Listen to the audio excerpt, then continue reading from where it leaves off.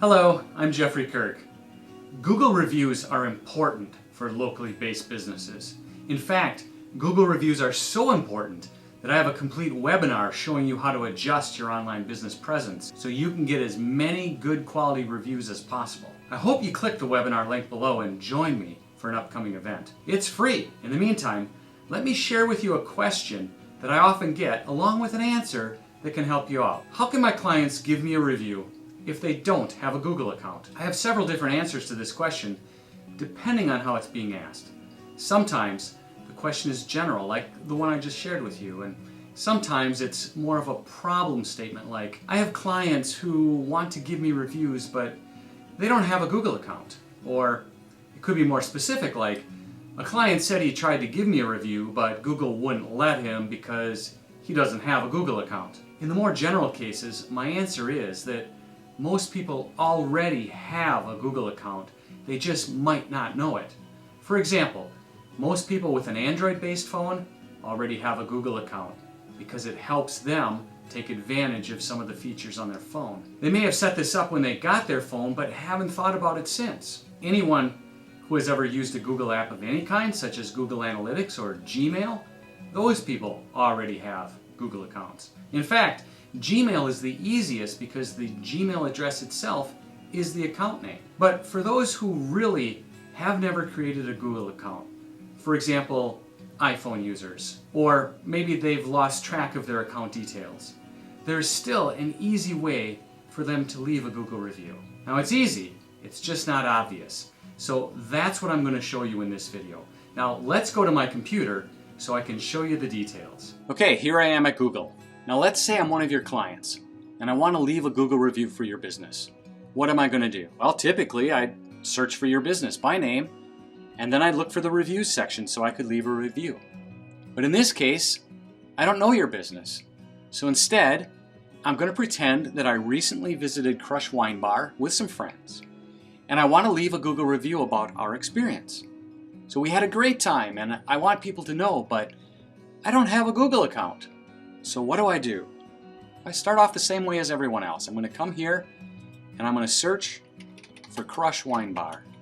And then I see the reviews line here, 129 Google reviews, and I'll click on that. Down below I can see reviews that other people have left. But the important thing for me is to click on the button up here that says Write a Review. And then Google instantly recognizes that I'm not logged into a Google account. So it puts up the sign-in page. Now if I had an account, I could put in my Google account email and then click Next, but I don't have one. So what do? And this is where most people get stuck because they don't have that account to sign into, so they give up, they stop here.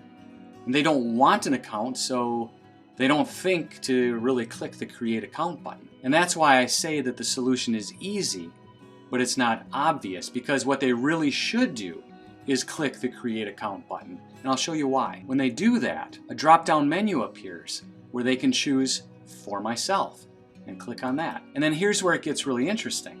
Instead of creating a Google account, they can simply use an existing email address they want to use.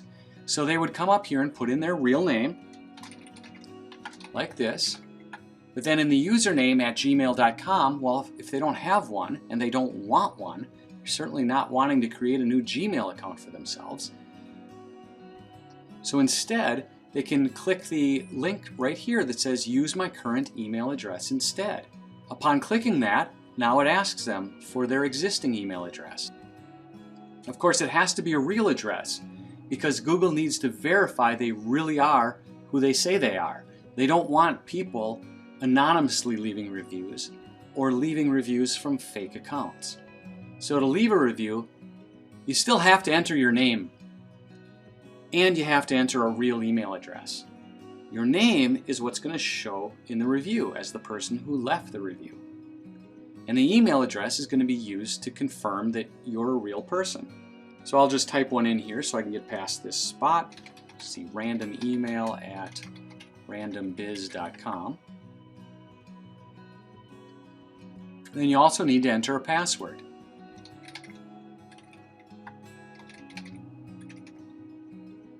Doing this allows you to get access to the review again later if you ever need to. Sometimes it's necessary to change a review or to remove a review, and Google certainly needs to make sure that the same person who created it is the one who's editing it.